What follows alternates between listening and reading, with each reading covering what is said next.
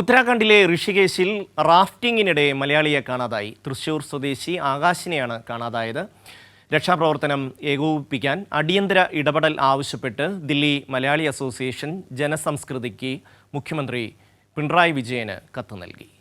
സ്വാതി ചേരുന്നു. സ്വാതി, എപ്പോഴായിരുന്നു സംഭവം? വിശദാംശങ്ങൾ. ഏറ്റവും ദൗർഭാഗ്യകരമായ ഒരു സംഭവമാണ് ഉണ്ടായിട്ടുള്ളത്. ഇന്ന് രാവിലെയാണ് ഋഷികേശിൽ, അതായത് ഉത്തരാഖണ്ഡിലെ ഋഷികേശ് റാഫ്റ്റിംഗിനിടെ മലയാളിയായിട്ടുള്ള തൃശൂർ സ്വദേശി കൂടിയായ ആകാശ് മോഹനെ കാണാതാകുന്നത്. ഈ സംഭവത്തിന് പിന്നാലെയാണ് ഇപ്പോൾ ദില്ലിയിലെ മലയാളി അസോസിയേഷൻ കൂടിയായിട്ടുള്ള ജനസംസ്കൃതി ഈ വിഷയത്തിൽ അടിയന്തര ഇടപെടൽ ആവശ്യപ്പെട്ടുകൊണ്ട് മുഖ്യമന്ത്രി പിണറായി വിജയന് കത്തയച്ചിട്ടുള്ളത്.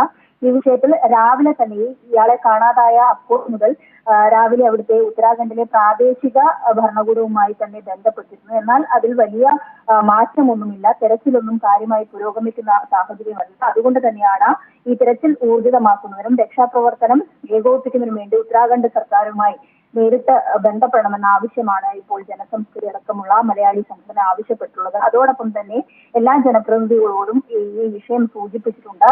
ഒരു തരത്തിലുള്ള രക്ഷാപ്രവർത്തനവും അവിടെ പുരോഗമിക്കുന്നില്ല എന്നാണ് മനസ്സിലാക്കാൻ വേണ്ടി സാധിക്കുന്നത്. അതുകൊണ്ട് തന്നെയാണ് അടിയന്തര ഇടപെടൽ ആവശ്യപ്പെട്ടുകൊണ്ട് ഇപ്പോൾ മുഖ്യമന്ത്രിക്ക് കത്തയച്ചിട്ടുള്ളത്. ഇദ്ദേഹം തൃശൂർ സ്വദേശിയാണെങ്കിലും ദില്ലിയിലാണ് ഇപ്പോൾ താമസം.